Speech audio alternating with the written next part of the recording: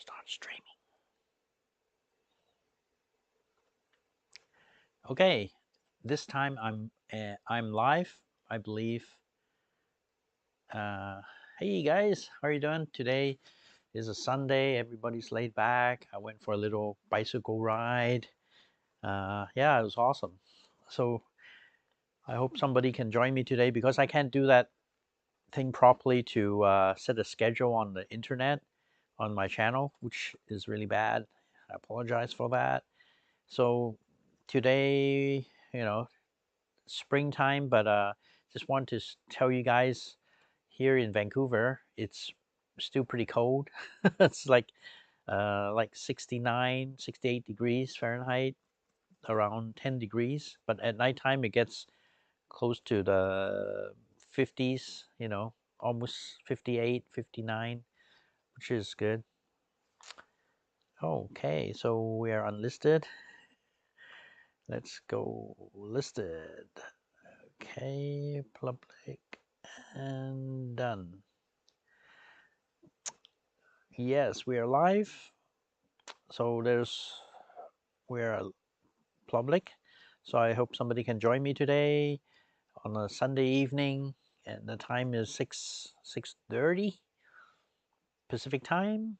And yeah, today is still pretty cold. Went for a bike ride today. It's really enjoyable. Haven't been riding a bicycle since like the beginning, like when in summer, because I came back like in December. So yeah. So how are you guys doing? Hope you guys. Hey Jess, how are you doing? Always nice to see you today. Everything's kind of working, but I still forgot to put it on public. It was unlisted, so I talked to myself for about a minute. So I guess that's okay. So I hope you're well, Jess. Hey Sonny, how are you doing? Yeah, always happy to see you guys. Yeah, Patreon. I love it. You guys, when the Patreon, you guys give me all the support, both mentally. That's the main thing, and I really have to try to do well. Yeah. So you guys, hope you had a great Sunday. Tomorrow, actually, in China, the 1st of May is Labor Day. So Labor Day, they get a week's holiday. But during the 80s or before the 80s or 90s, they used to get like 2 weeks holiday for Labor Day. So it was a big deal. But now they're just like calculating. I talked to my friend in Shenzhen about half an hour ago. I said, "Oh, you guys get a holiday, a week and a half." It's not even a week now because they deduct your Fridays and Saturdays. And so they end up now getting only 5 days holiday. But, a 5 days straight holiday is pretty awesome, right? For Labor Day in mainland China. And yeah, I just want to talk a little bit about mainland China, Shenzhen, the electronic capital of the world, actually. Um, she told me, don't look forward to go back to Shenzhen. The places I used to hang out, check out my old videos. They're pretty much non-existing. The structures are still there, but there's no more tourists, no more visitors. Even the mainland Chinese from other provinces doesn't go to Shenzhen because there's so much lockdowns around the country. So they are, the retail stores are pretty much all closed. So that really sucks. So nothing to look forward in mainland China. So that's no good. Ah, that's sad. So okay, today we're gonna talk a little bit about Macau. I wanted to do this video for a long time.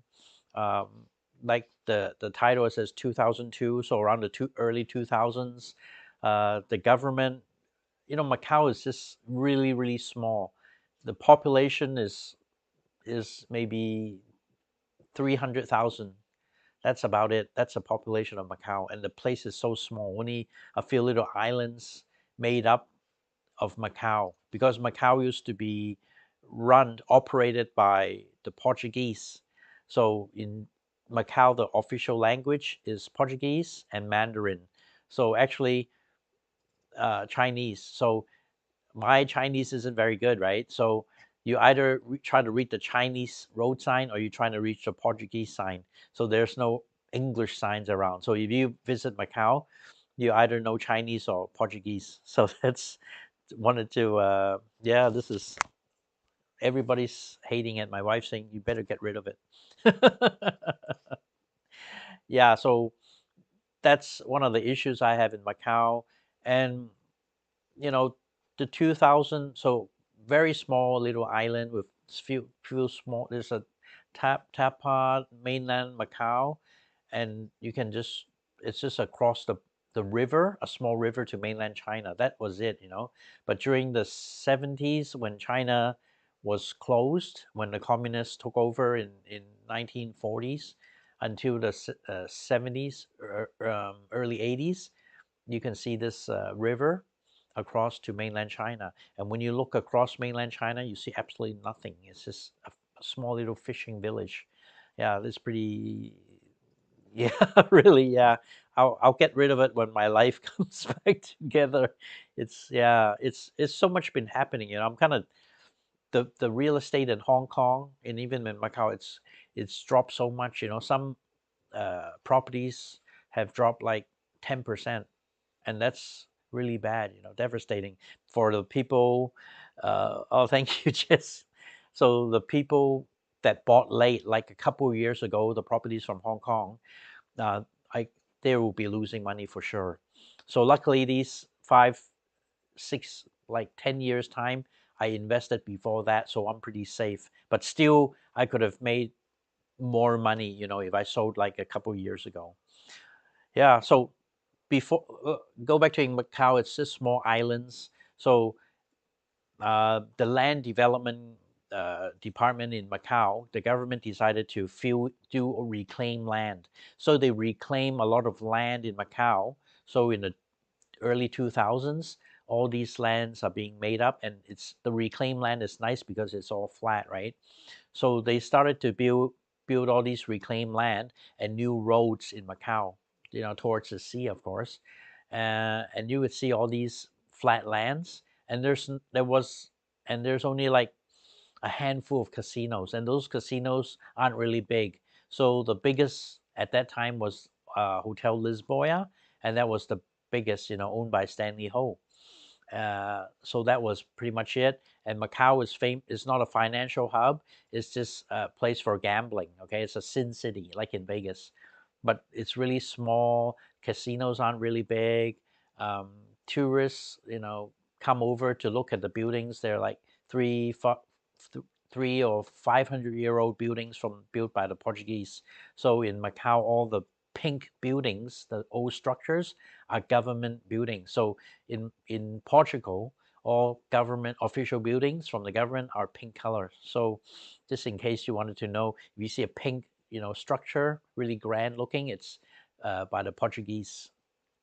And still now there's a lot of these old cathedrals remaining, and all these uh, unpaved roads. You know, they use the rock. There's still a lot of those things, and it's a pity because compared to Hong Kong, a lot of these old buildings, colonial buildings in Hong Kong, have been demolished because they have to make room for skyscrapers. But in Macau, it's just tourism, casinos, and what else? I can't really think of much else going on. So after they did all these reclaimed land, the government started to auction all these lands to company because they're going to revise. They're going to give out more gambling licenses to the bidders, or you know, whoever is interested in the gaming industry. So you wouldn't see any international companies in Macau. It's just local, Hong Kong owned, usually Hong Kong owned casinos. So after that, they had this bidding, you know, for all these flat lands, and the government is relaxing the casino licenses. So um, all these lands are being sold to big companies. So the Sands Casino Group came in, Wynn Casino Groups came in. So Sands is the really big one, right? They started one next to the Macau ferry terminal, and it's just a big, not really big structure. And it's called the Sands Hotel, and that hotel is pretty amazing. Why can I say that? Because I was there from the beginning, uh, because our family had some investment there too at that time. Um, the Sands Hotel was built, and it was over budget, and they were kind of worried a little bit about it, but they really wanted to cater to the mainland Chinese. But they were everything was unsure. There's a lot of uncertainty. So this hotel came up, and it was really amazing because for the local people, it's wow, they see a brand new hotel in such a big structure, such big casinos. So in the Macanese law, in Macau laws, they local people can go to the casinos, they can gamble there too. Unlike in Singapore, if you're a local Singaporean, you cannot go to the casinos inside and gamble. So there's no restrictions in Macau. And as I said, the population is really small, about 300,000. But now the workforce has expanded, and there's no way they can fill up all the positions because all these hotels start building up, right? So later on, I'll go on and tell you about the labor situation there. But and it started, it's really good because that hotel is so amazing because you see this grand structure, and the business has been packed, and a lot of people can just walk from Zhuhai. They can walk across the border to Macau, and they have these free shuttle buses from Sands, and you can take it to the Sands for free. They have a one in the mainland Chinese, the border crossing, free buses, shuttle buses, and in the Macau ferry terminal. So that hotel got built pretty quick, and halfway through 6 months, the Star Hotel, a Galaxy Hotel came up. They call it the Star Hotel. It's Hong Kong group, so they built that. That's the other hotel they start building, and then by the time they built that one, Sands was 1 year old birthday, but believe it or not, that 1 year they already recouped for all the construction, land costs, everything was already paid for 1 year. So that's pretty amazing. So that was kind of crazy for the news. People would say, "Wow, 1 year, there's so much expenses going on. All that money just came in from all these tourists, mainly, I think 90% mainland tourists, and they would have busloads of people coming down playing." And in Macau, unlike Vegas or in the States like Atlantic City or some other big major casinos, they are not really into the slot machines. They like the baccarat. Baccarat is they really love that game, and that's one of the big players. They play baccarat. So after that, um, the Wynn Hotel came up, and it's starting to build. So Wynn Hotel, after they constructed that, I think the second year, it was they recuperated all the costs again for the land and for the construction and for everything. So that was crazy, right? So they built another like a 40-story hotel in the middle of their old casino, the Wynn Hotel. So what happened is the money just keep on pouring in, keep on pouring in. So the government is saying, wow, because 50% of the gambling taxes go to the government, which is good, right? And before, if you're in Hong Kong, you want to get a permanent resident ID card in Macau, it's just so easy. Nobody even wants to get a Macau ID, right? But since these year and a half, 2 years, it was so good. Um, and actually there are good, good for the government, prosperity for the city and everything. But the deal is, you know real estate, they start to build new real estate. So that's around 2005, 2006, they start building all these high rises, and the population is so small, it's not going to be filled.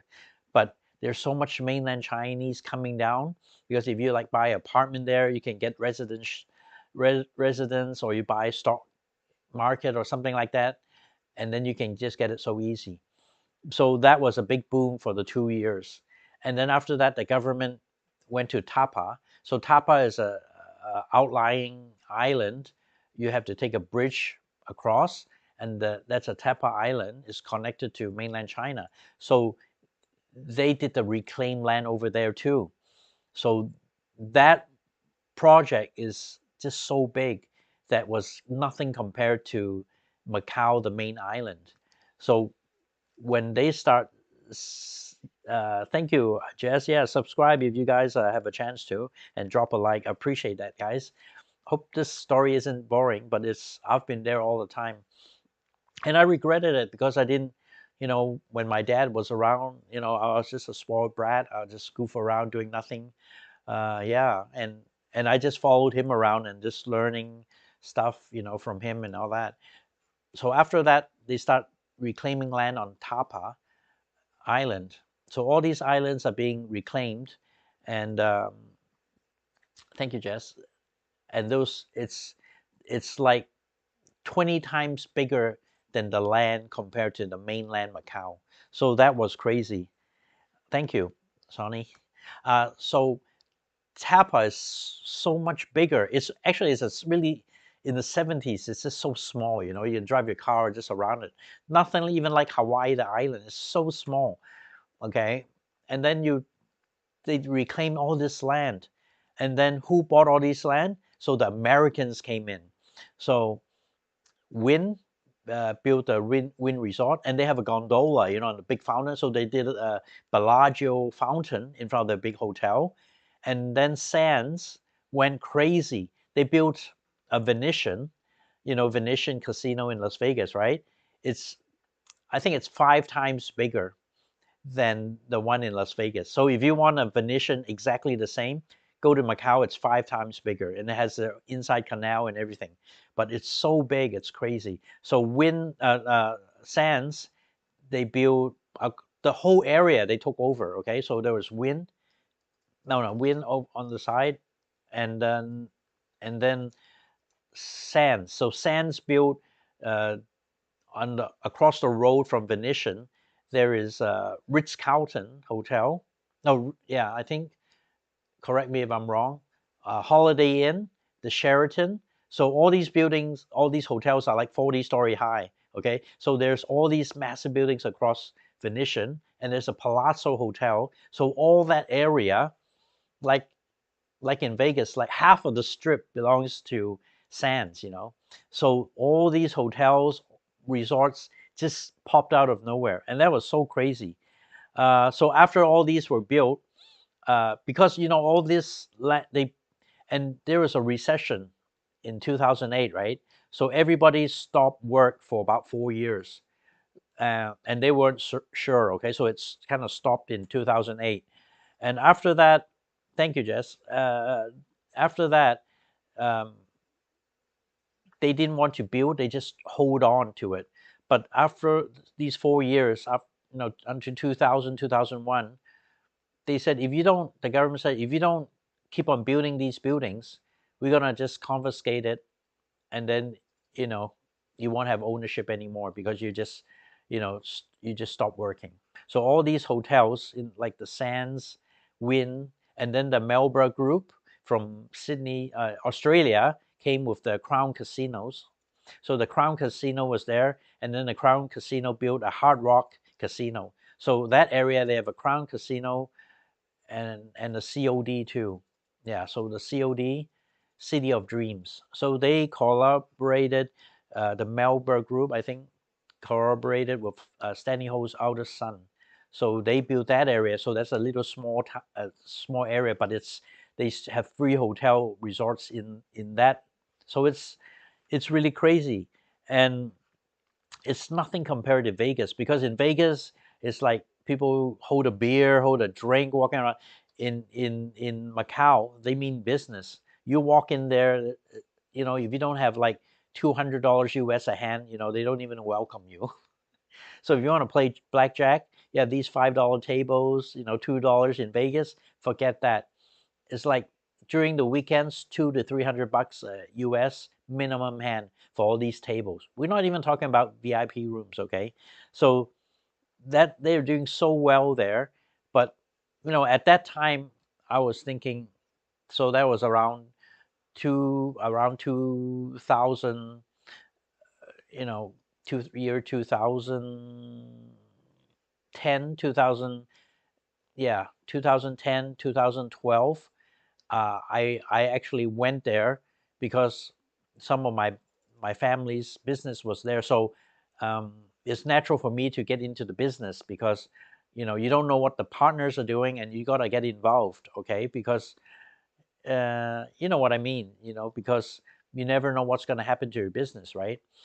And in Macau, when they do business there, you don't really, it's really different. It's really like, how can I say it? You just, couple of men get together and just write a piece of paper and just say, okay, we'll have how many shares in this venture, blah blah blah, and we'll just all write the deals in a piece of paper and just go to the lawyer and here, there's a paper, this is how we're going to split out our business.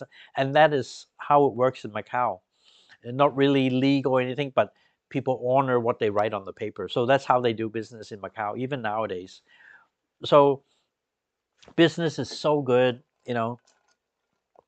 but for me, I was getting worried, because 2011 I went to Macau to work, and it's only you take a jet foil to Hong Kong and Macau, and it's just like a 45-minute journey. And these ferries go from 15, like 15 minutes one ferry. It seems to be close, but when I was working there, the resort, it's like you're on call all the time. So you just got to be there. Anything happens, you got to be there, right? So you have to. It's really hard for me to see the family because something might happen and you might be there 2, 3 in the morning, and and there's a rule in the company, like most of the companies in the resorts in Macau. Like if you can't show up within, they give you an hour and a half to 2 hours to show up for some type of emergency. Doesn't matter where you are. If you don't get to get back to the office within that time frame, you're fired instantly. I don't know, have you heard of this rule, but this was the rule we had to oblige, we are obliged to do for taking this job. So for me, I better off just stay in Macau all the time. Um, and if the kids want to visit me, they'll take a ferry to come because, it's a hassle. And then, typhoon season, these ferries stop because of the typhoon, bad weather. So that's it. And by the way, all these ferries now are canceled. So that's one of the things I'm saying, the rise, that's the fall of Macau. So everything was doing really well. And as I was thinking, all of these major casinos are run by Americans. And when the trade war, hey, Chad, how are you doing? Hey, welcome aboard, man. So I was thinking to myself, there was a trade war going on between the states, like Trump got on, and Xi Jinping, and there's a big fight or whatever the political thing going on. And I was thinking to myself, like in 2012, it they're not gonna get the Americans just to take tons of money out back to the states, right? And all they getting in Macau is just a tax. So and the president of China wants to crack down on the opposition people for corruption. Okay, opposition, quote unquote, for corruption. So they're trying to crack down on the money coming down to Macau because that's one of the big laundering hubs in the world. That's why in the staff rooms and everything, when we walk around inside, there's always, you see a poster, if you see anybody with suspicious money or laundering, you must report, blah blah blah blah. But for me, I just want to live a happy life. I don't want to die. So that's all I can tell you. But you know there's so much of this thing has been going on, right? And think about mainland China. You guys know, when you during these like 10 years and before, all these mainland Chinese people, like in the outside of China, fancy cars, fancy house, fancy whatever, and money is just like nothing for them, right? But a lot of this money is quote unquote, came from somewhere, right? So the money was just coming down, and then the Americans would take all this money and go take it back to the states to their private companies. So for me, I thought, well, I think it's time to wind down the business because um, I don't feel this is gonna, it doesn't feel right, right? You let there, you have a big fight with another country, and that other country is making billions of dollars of China, right? So it's not going to work out. And plus, I rented an apartment there because I had to work. So um, the first year I rented it, they just like want $2,000 US a month. So it's all right. So after a year, they said, "Oh, we're going to raise your rent." I said, "Why?" I said, "Yeah, because the economy is so good, blah blah blah blah." So they raised it to 5,000. So I just said, screw you. I'm not going to go and pay you 5,000 for, that's BS. So finally, I got an apartment myself. I bought another one at that same building, um, for reasonable, much cheaper than Hong Kong, of course, at that time. And then I worked there for a few years. So after working there, when I started to leave Macau, I rented to these junkets. So these junket would would pay for my mortgage, and plus I would get another extra 30% of that money beside of the mortgage, and it's like my pocket money or my living expenses. That's how good the properties were in Macau, and they went up more than double in like 2 or 3 years. So that's how crazy Macau is, because all these mainlanders uh, would come down to Macau and buy apartment or whatever, and then they would get the citizenship of Macau. So they can, when the money is in Macau, the money is free money. In just trying to tell you guys, if the mainland Chinese, they're not supposed to take out, I think it's like $25,000 US per year. So every citizen in China is restricted. The money is restricted. You cannot take out the money out of China. I just wanted to tell you, it's really important thing to know. Even though you make your, really did good in your business in China, you can't officially take that money out. So they come out in, you have to take it out by many other means. Okay, so that's how money, you get rid of, your money. You launder your money. So that's how it use. And then you can, before you get a Chinese bank card. So that was the days before they cracked down. You get a ATM card from mainland China. So the bank didn't give a damn, whatever. So they get all these people. You say, hey, you want to open an account, get your ID, open an account, I'll give you $100, $100. So they have like a pile of these ATM cards. And these ATM cards are just like debit cards. So they don't, so when they have all these debit cards, they put this money inside. So they'll put 10 million US in this account, okay? And when you go to Macau, you can take that amount of money out. But so the prawn shops will do this business. So they use Union Pay as a debit card. So they have all these Union Pay signs. So people would go there, but they will take like 0.25% of a commission. So that's and the commission will go higher and higher. And you can always save some money if you get your ATM in these pawn shops and directly change it to casino chips, junket chips. So you get a discount. So if you get like 20 million down there, we'll give you a discount if you take it to gamble. So after you gamble, this money will be clean. So that's how the system works. And you will see all these Union Pay. So after a year's time, you know, it was just pawn shops were making so much money. Everybody's making money. And then they banned any Union Pay signs. So all these signs just went out. So they'd have to take out all these signs in Macau. And later on, eventually, like a couple of years later, there's only a limited amount of money you can draw out, because before it was unlimited, right? So that's how much money they really, took out from mainland China. If you have any questions, just let me know. I'll be glad to answer. So this was the Union Pay. That's how money came down.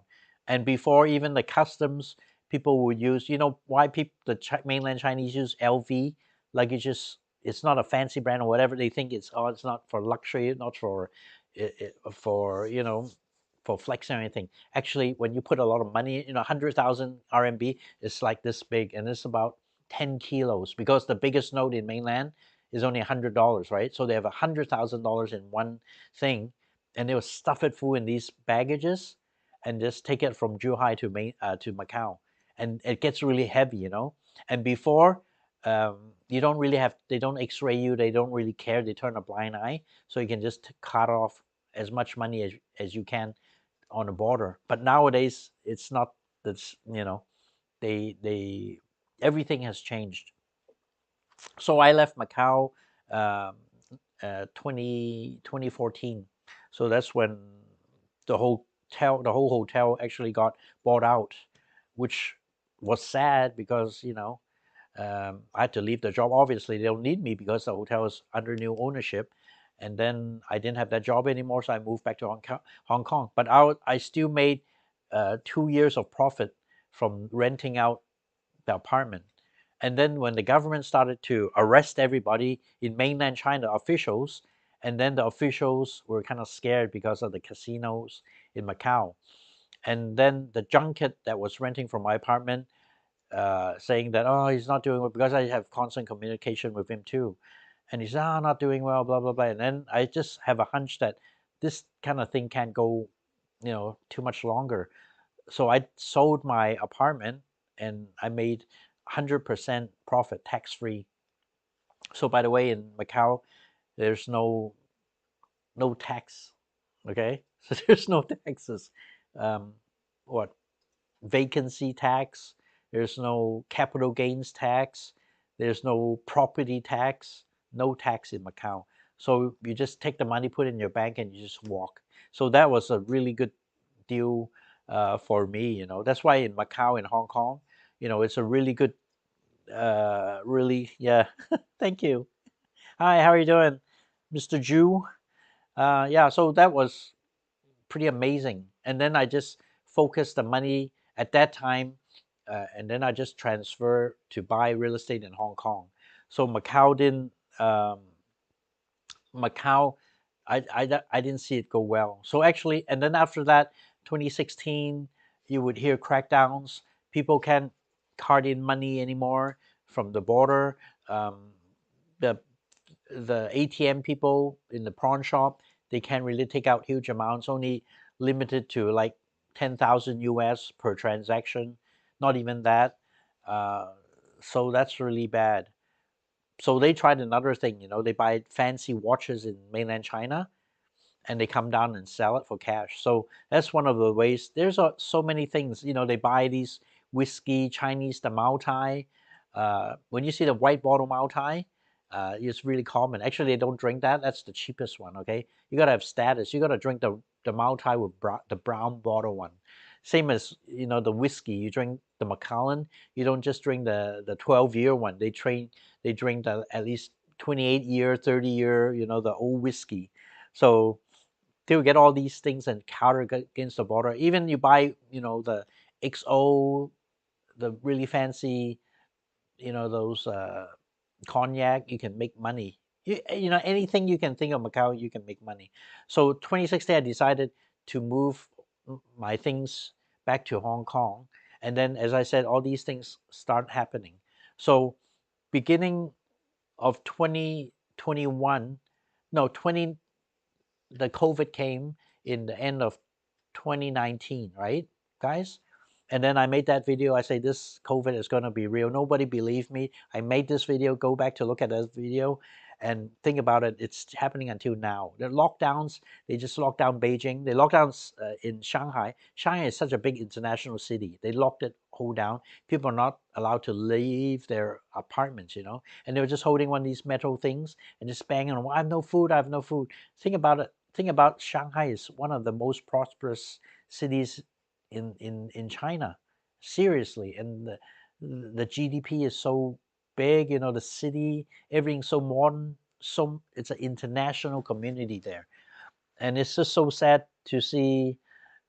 Yeah, Japanese whiskey, yes, and it's so sad people are holding a thing, begging for food to eat, and a lot of old seniors have died because they couldn't get food, on the table.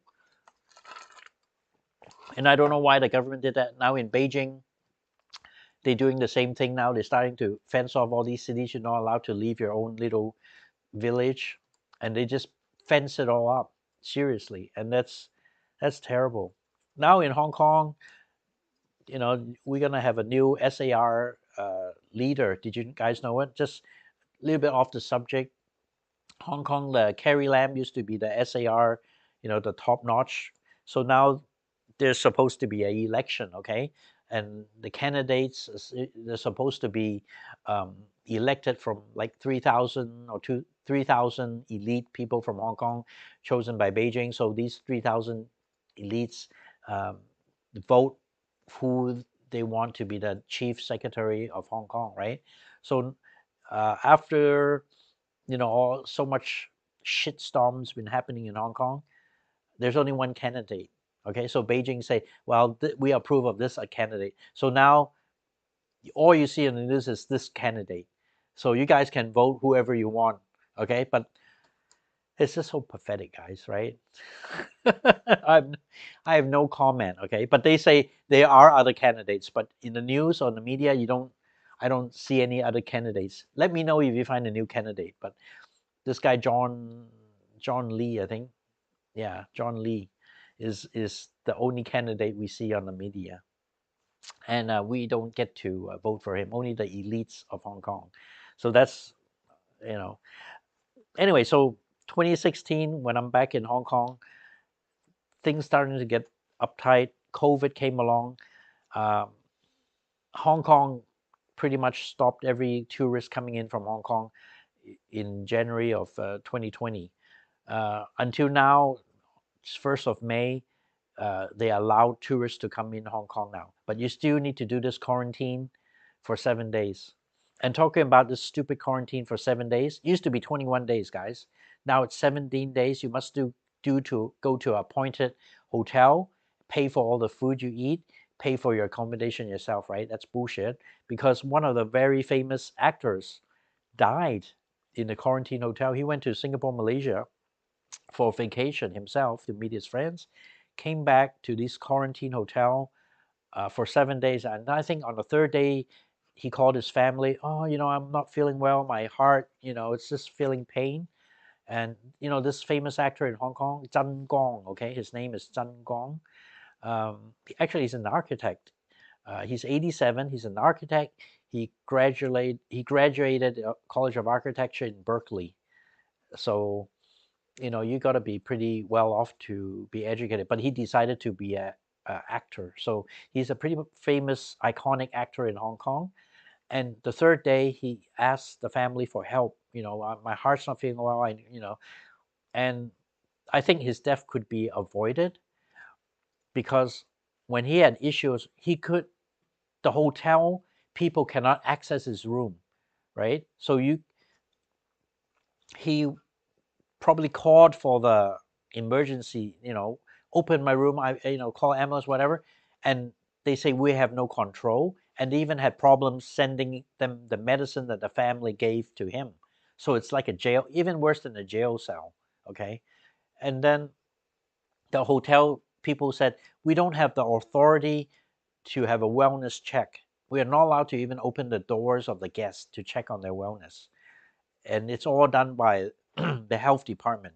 So those people, health departments, they don't live in a hotel, right? So they must come in certain times and then check on the people, COVID test every single day, probably twice a day. So that's pretty stupid. So this thing is so unorganized and they treat you like dog, okay? So they don't treat you with any respect at all, and they're also always threatening you to a government's quarantine center and all that if you don't behave yourself and bullshit like that. So I think his death would be avoided because of this stupid quarantine. I mean, senior guys, he's 87, having heart troubles. If he was quarantining at home, I'm sure their family would have just called an ambulance, sent him to the hospital, and have him taken care of. And I think the chances of surviving this thing would be a lot greater. So this something you guys might think, does that make sense, right? Uh, Not really. Yeah, the health department is so unorganized, the government camping the center, the food is contaminated, the food's been left outside, wrong temperatures, people getting sick, food poisoning, All this stuff is happening in government centers. So the Hong Kong government isn't really handling this whole situation good. So, anyways, the COVID closed down Hong Kong pretty bad, and Hong Kong become pretty much dead. So now, as I'm saying, the property prices are really hurting me, and it really sucks. But if you ask me, would I still make some money? Yes, I will, because I would, because I invested like more than 10 years ago.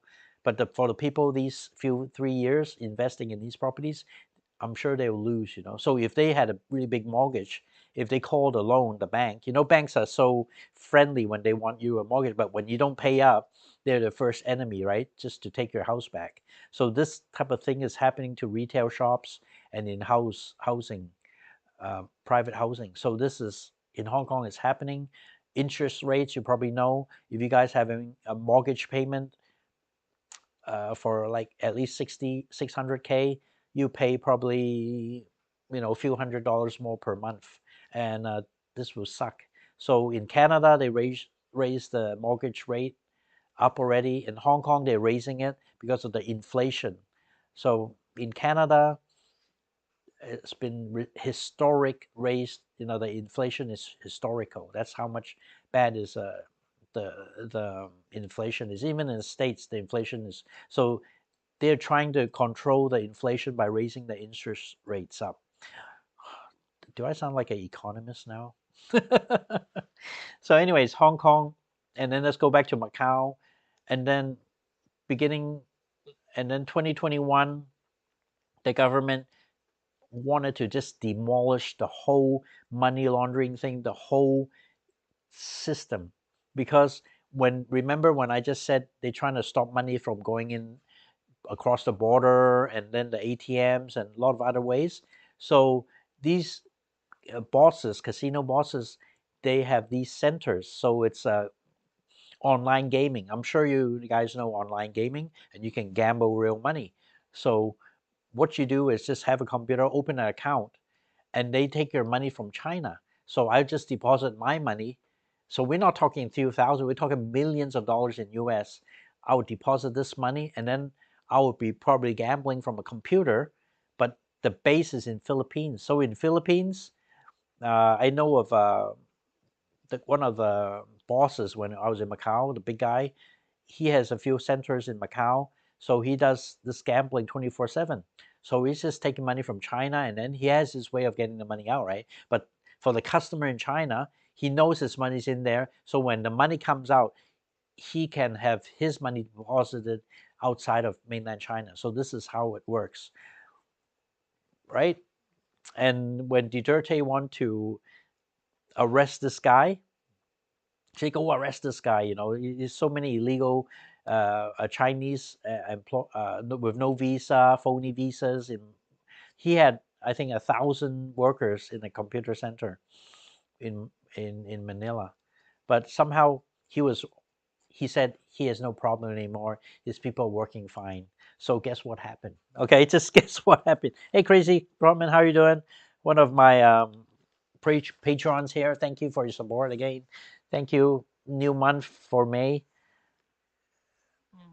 Yeah. So crazy crossmans in Philippines. So they're thinking about banning all these computer, gambling centers in the Philippines. I think in a Clark base, they have a few gambling centers there, and they don't hire the Filipinos. They hire their own people, their own team from mainland China.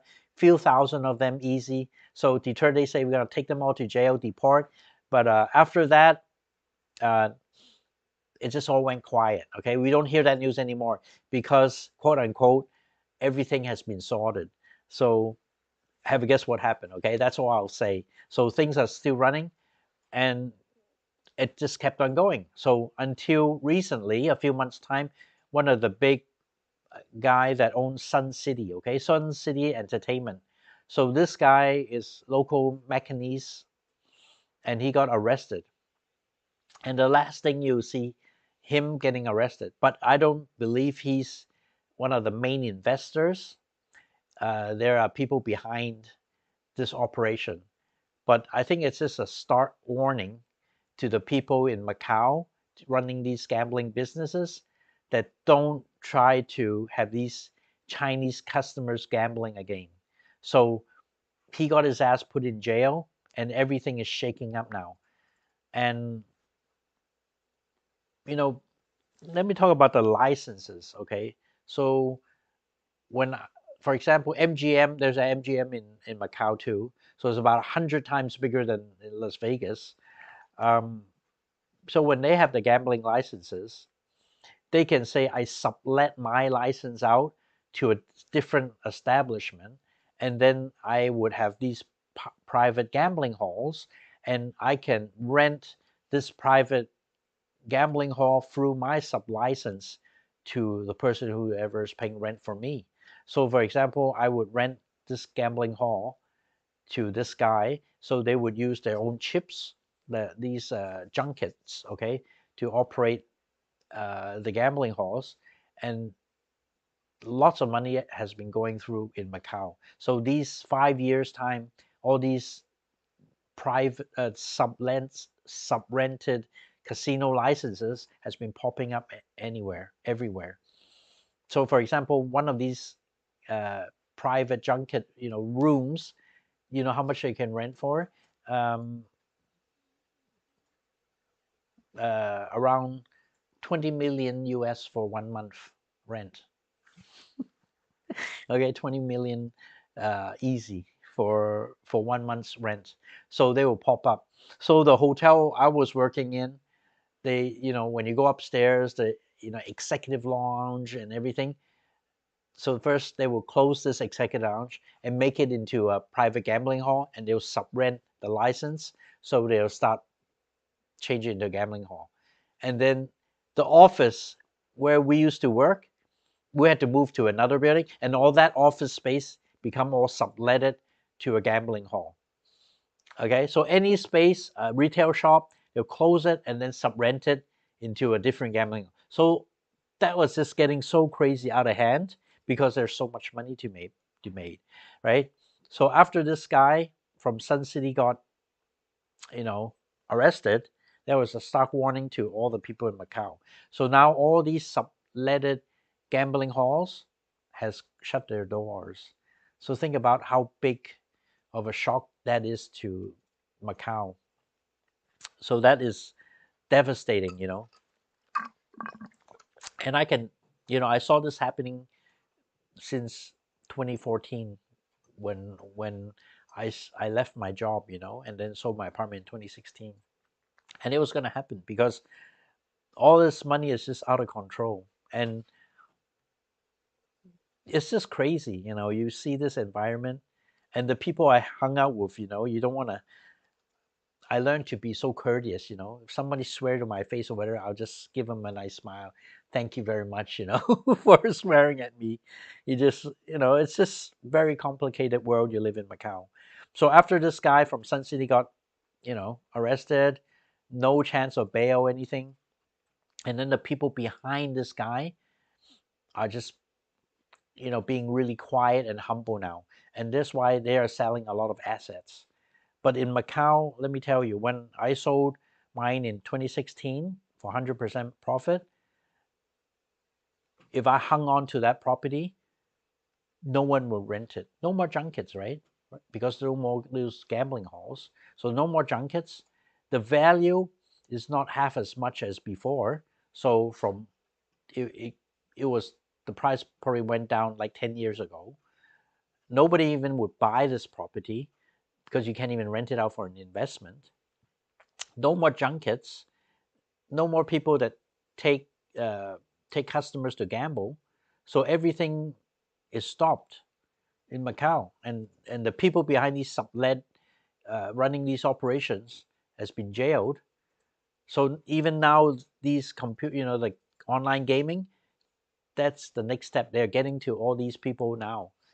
So that's why I want to tell you guys, uh, Macau is pretty much done. I even a few years ago I sold. Remember, I have a little red car that I have due plates. I can go to Macau and China, drive freely. I even sold my car, and that's how much I think there's not much going on in Macau anymore, and that's really sad. But who is the one is going to suffer at the end is the Macanese, the local people from Macau, because when you used to be a dealer, you can make three 3 to 6 grand in a month if you're just graduated. So people don't even want to go to college in Macau. That was a problem too. They would just graduate, they would drop out year 10 and then just go training for a week and then start shuffling cards. And the tips and the wages they make, they can go and buy a Mercedes. And now all these people, these young kids with no education or low education, they are working as security guards. And lots of them, if they're smarter, they can sell insurance or work in a restaurant as a waiter. But now all these major restaurants uh, are closed. The favorite steakhouses that I go to, um, favorite Italian restaurants or Portuguese restaurants, Chinese, really, awesome food you can eat, are all closed. That's really sad.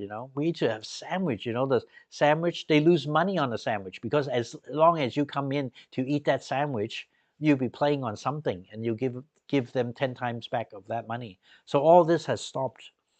And you don't want, in Macau, no one, it's they just have those regular tables playing blackjack, baccarat, but that's only like $200-300 US a hand compared to like probably 100 grand, 100K per hand, or 200K US per hand. So that is basically what's going on in Macau.